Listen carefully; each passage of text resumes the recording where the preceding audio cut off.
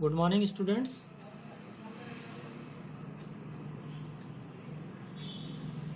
हम paper first की unit second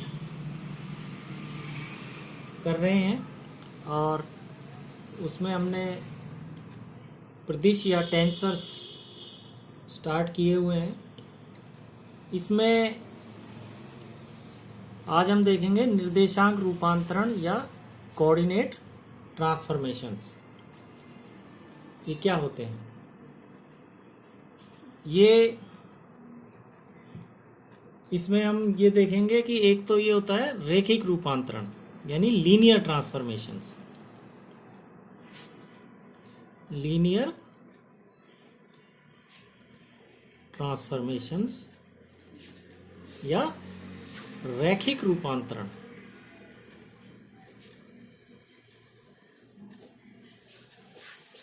ये क्या होते हैं? और एक हम देखेंगे फलनिक रूपांतरण या फंक्शनल ट्रांसफॉर्मेशंस।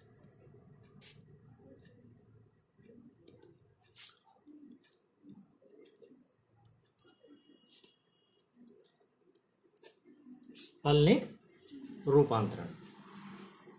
तो सबसे पहले हम देखते हैं पहला वाला यानी कि रैखिक रूपांतरण।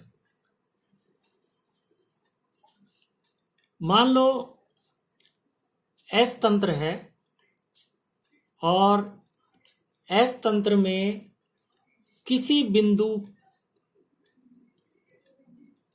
P के निर्देशांक हैं x, y और z। इसी बिंदु P के एक अन्य निर्देश तंत्र S डैश तंत्र में इसी बिंदु P के निर्देशांक हैं x dash, y dash, z dash.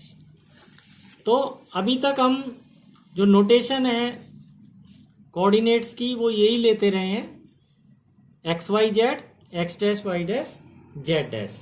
लेकिन प्रदिश संकेत पद्धति में यानी कि टेंसर नोटेशन में अब इनकी नोटेशन बदल जाएगी। टेंसर नोटेशन में या प्रदिश संकेतन में क्या होगा? एस तंत्र में जो निर्देशांक x y z हैं इनको हम रिप्रेजेंट करेंगे x1, x2, x3 यानी x के ऊपर सुपर स्क्रिप्ट लगाएंगे हम 1, 2 और 3। मूर्धांक यूज करते हैं इसमें। अच्छा, और टेंसर नोटेशन में ही एस डैश तंत्र में ये निर्देशांक जो x डैश, y डैश और z डैश हैं इनको हम कैसे लिखते हैं? x bar 1, x bar 2, x bar 3। यानी इसमें कुछ नहीं किया है, x के ऊपर केवल बार लगा दी गई है। जैसे यहाँ ये डैश लगाया हुआ था, यहाँ पे बार लगा दी है। तो आगे से आप ये ध्यान रखेंगे कि टेंसर नोटेशन में हम किसी भी बिंदु के निर्देशांक x1, x2, x3 और किसी अन्य तंत्र s डैश में x bar 1, x bar 2, x bar 3 ऐसे रिप्रेजेंट करेंगे। तो जैसा कि मैंने बताया कि मान लो S तंत्र में किसी बिंदु P के निर्देशांक हैं x1, x2, x3 और उसी बिंदु के निर्देशांक S डैश तंत्र में है x bar 1, x bar 2, x bar 3। अगर ये निर्देशांक, ये दोनों सेट जो है निर्देशांक के, ये इन एक घातीय समीकरणों से संबंधित हों। कैसे? कि x bar 1 is equal to a11 x1, a12 x2 plus a13 x3। यानी ये जो निर्देशांक हैं ये तो S तंत्र के हैं और ये S डैश तंत्र का पहला निर्देशांक है। इसी तरह x bar 2 is equal to a21 x1 plus a22 x2 plus a23 x3। X bar 3 is equal to A31 x1 A32 x2 plus A33 x3। तो ये मान लो ये क्या है, एक घातीय समीकरण है। तो S और S डैश के निर्देशांक अगर इन एक घातीय समीकरणों द्वारा रिलेटेड हो, संबंधित हो, यानी अगर हमको x1 x2 x3 पता हो S तंत्र के, तो S डैश तंत्र के निर्देशांक x bar 1 x bar 2 x bar 3 in relation से निकाले जा सकते हैं। ठीक है, और ये कोफिशिएंट्स हैं A11 A12 A13 A21 A22 A23 A31 A32 A33। अब इसको हम मैट्रिक्स रूप में लिख देंगे। सारणिक रूप में लिखने पर क्या आ जाएगा, इसी को लिखना है x bar 1 x bar 2 x bar 3, this is equal to A11 A12 A13। ये इसके कोफिशिएंट आ गए। दूसरी रो में ये कोफिशिएंट आ जाएंगे, यानी कि A21 A22 A23 A31 A32 A33, और ये कॉलम आ जाएगा x1 x2 x3। तो इन एक घातीय समीकरणों को हमने इस तरह से मैट्रिक्स रूप में लिख दिया है। या इसको अगर हम इन ब्रीफ लिखें, यानी संक्षेप में इसको लिखें, तो x bar i is equal to aij xj, जहां पे i बराबर 1 2 3 और j बराबर भी क्या है 1 2 3, यानी 3 डायमेंशनल स्पेस में i और j के मान क्या हो सकते हैं, 1 2 और 3 हो सकते हैं। ये जो aij है ये क्या कहलाती है, ये रूपांतरण मैट्रिक्स, इसके अवयवों को ये डिनोट करता है।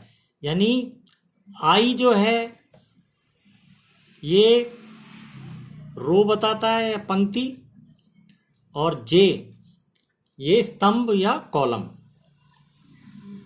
यानी aij ये क्या हुआ, ये इस रूपांतरण मैट्रिक्स में आईवी पंक्ति और जेवे कॉलम का अवयव है। aij जैसे मान लो A13 लिखे हम, तो A13 कहाँ हुआ, पहली तो रो और तीसरा कॉलम। देखो पहली रो और ये थर्ड कॉलम, तो यहाँ पे ये A13 है। तो aij इस तरह से बताया जाता है, यानी ये आईवी पंक्ति और जेवे कॉलम में स्थित अवयव है। तो ये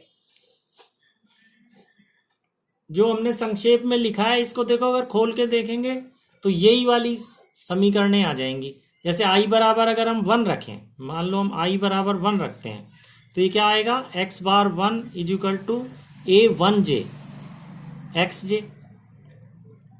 अब इसमें हम देखें j 2 बार प्रयुक्त हो रहा है, एक बार पादांक के रूप में, एक बार मूर्धांक के रूप में। तो यहाँ पे जैसा कि हमने आपको बताया था पिछले लेक्चर में कि योग की परिपाटी लगती है, यानी समेशन कन्वेक्शन। और योग की परिपाटी क्या कहती है कि यदि कोई सूचकांक 2 बार प्रयुक्त होता हो, एक बार मूर्धांक के रूप में, एक बार पादांक के रूप में, तो उसका निर्धारित परिसीमा में योग करते हैं। और निर्धारित परिसीमा यहाँ पर क्या है, स्पेस कैसा है, 3 डायमेंशनल, यानी ये त्रिविमीय समष्टि है। तो निर्धारित परिसीमा का मतलब j 1 से 3 तक होगा। तो x bar 1 is equal to j को 1 रखें तो A11 x1, फिर j को 2 रखें A12 x2, फिर j को 3 रखें A13 x3। तो आप देखो ये पहली वाली जो रूपांतरण समीकरण है वो हमें प्राप्त हो जाती है i बराबर 1 रखने पर। ये तो इसी तरह से अगर i बराबर हम 2 रख देंगे, तो i बराबर 2 रख देंगे तो ये दूसरी वाली रूपांतरण समीकरण प्राप्त हो जाएगी। i बराबर 3 रख देंगे तो तीसरी प्राप्त हो जाएगी। यानी संक्षेप में हम इनको इस तरह से व्यक्त कर सकते हैं। तो ये रैखिक रूपांतरण समीकरण है S से S डैश तंत्र में। ऐसा हमने क्यों लिखा है? क्योंकि S तंत्र के अगर हमको पता है तो S डैश तंत्र के हम इस रिलेशन से या इन समीकरणों से प्राप्त कर सकते हैं। तो ये S से S डैश तंत्र में रैखिक रूपांतरण समीकरण है। अब इनका इनवर्स या व्युत्क्रम रूपांतरण,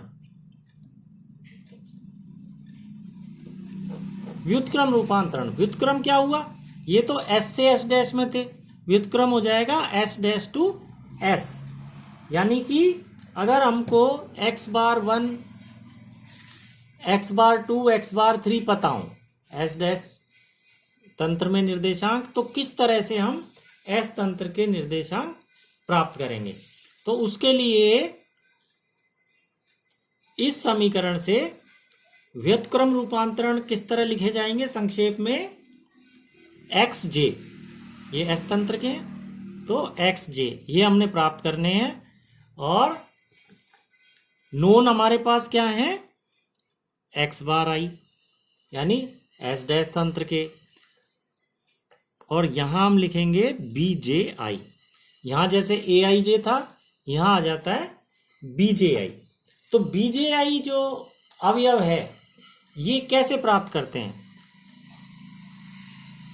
bji अवयव जो है ये होता है अवयव aij का सहगुणक अपॉन सारणिक a का मान। ठीक है, यानी इसके डिटर्मिनेंट का मान। और ये जो है this should never be equal to 0। यानी अगर bji हमने निकालना है, ठीक है ना, b जो मैट्रिक्स है वो किस तरह से होगी? वही b11, b12, b13, b21, b22, b23, b31। जहां ये a है उसकी जगह b आ जाएगा। लेकिन ये एलिमेंट हम एक एक करके हमें निकालने पड़ेंगे। और ये कैसे निकालेंगे? जैसे हमने मान लो b21 निकालना है, यानी j बराबर तो 2 रखा है और a बराबर 1 लिया है, तो इसका मान क्या होगा? b21 का अवयव aij का सहगुणक, यानी 21 का कर दें हम 12, तो a12 का सहगुणक।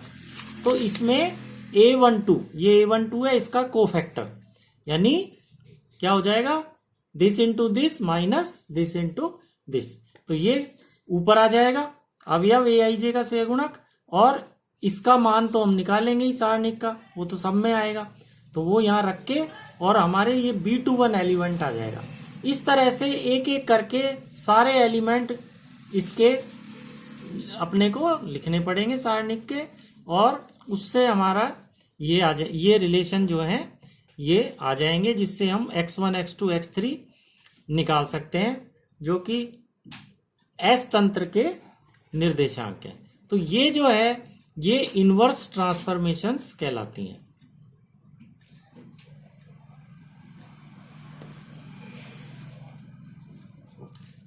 सहगुणक मतलब कोफैक्टर, अवयव मीन्स एलिमेंट। तो ये आसानी से ये सारणिक भी इस सूत्र से बनाई जा सकती है।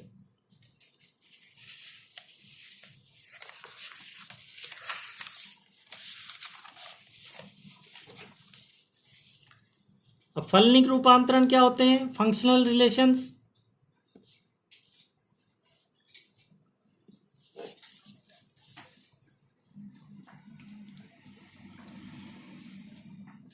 दो निर्देश तंत्र हैं S और S डैश।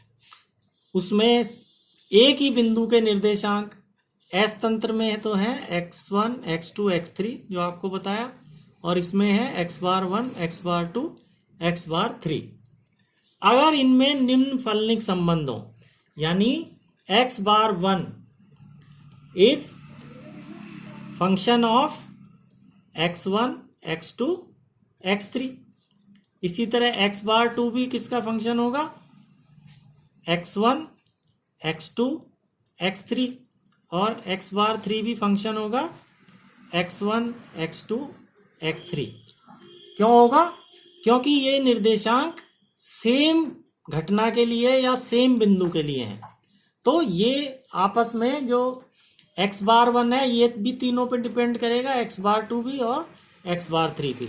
तो ये रिलेशन हम लिख सकते हैं, x बार 1 का मान जो आएगा वो इन तीनों पे डिपेंड करेगा, ये भी तीनों पे और ये भी तीनों पे।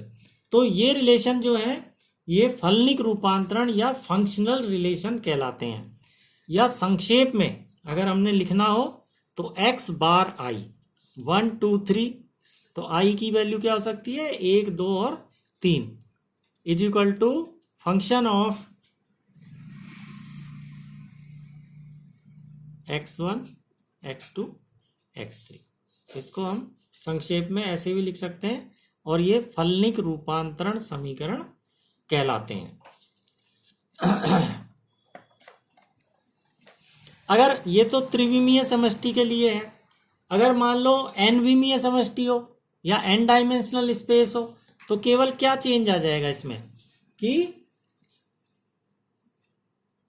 x bar i is equal to x1 x2 x3 up to क्या हो जाएगा, ये xn हो जाएगा। क्योंकि S तंत्र में अब निर्देशांक क्या होंगे, n डायमेंशनल स्पेस में x1 x2 x3 up to xn। इसी तरह से S डैश तंत्र के जो निर्देशांक है जिनको बार लगा के दिखाया जाता है, ये भी एक एक करके कौन से होंगे, x bar 1 x bar 2 up to x bar n। तो 3 डायमेंशनल स्पेस और n dimensional space. n dimensional space में i will be equal to 1 to n। तो इस तरह से ये जो है ये रूपांतरण समीकरण कहलाते हैं। एक तो रैखिक रूपांतरण जो ये कोऑर्डिनेट ट्रांसफॉर्मेशंस हैं, जो एक linear transformations, and functional transformation जो हमने देखे हैं।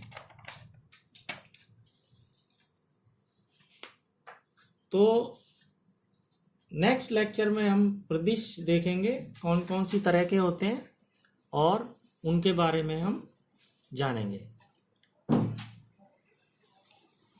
Till then students, have a nice day.